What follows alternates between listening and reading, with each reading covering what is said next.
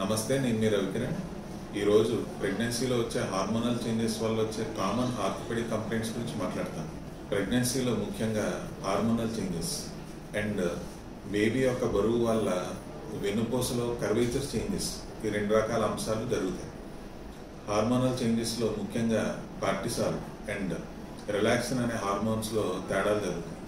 Relaxin అనే hormone ఓవరాల్గా కండరాలని, లెగమెంట్స్ని loose చేస్తుంది. దీనివల్ల సాక్రోఇలియాక్ జాయింట్ పెయిన్ చాలా కామన్గా చూస్తాం. దాంతో మీకు బటక్ రీజన్లోంచి తొడభాగం వరకు నొప్పి వచ్చే అవకాశాలు ఉన్నాయి. దీన్ని సాక్రోఐలియటిస్ అంటారు. క్రమంగా బేబీ యొక్క వెయిట్ పెరిగే కొద్దీ లంబార్ లార్డోసిస్ అంటే లంబార్ స్పైన్లో కర్వేచర్ పెరగడం వల్ల సెంటర్ ఆఫ్ గ్రావిటీ అనేది ముందుకు షిఫ్ట్ అవుతుంది. దీనివల్ల నడుములో ఉన్న వెన్నుపూస మీద ఒత్తిడి పెరగడంతో మీకు నడుము నొప్పి కూడా వచ్చే అవకాశాలు చాలా ఎక్కువ ఉంటాయి. కార్టిసాల్ అనే హార్మోన్ పెరగడం వల్ల ఒంటిలో ఓవరాల్గా నీటి శాతం పెరుగుతుంది. ఈ నీటి శాతం పెరగడం వల్ల చిన్న నరాలు ఒత్తిడికి గురయ్యే అవకాశాలు ఉంటాయి. దీనిలో మోస్ట్ కామన్గా కార్పల్ టన్నెల్ సిండ్రోమ్ లేదా డీక్వర్వెన్స్ స్టీనోసైనోవైటిస్ అంటారు. చేతిలో తిమ్మిళ్ళు, విపరీతమైన రిస్ట్ పెయిన్ వచ్చే అవకాశాలు చాలా ఎక్కువ.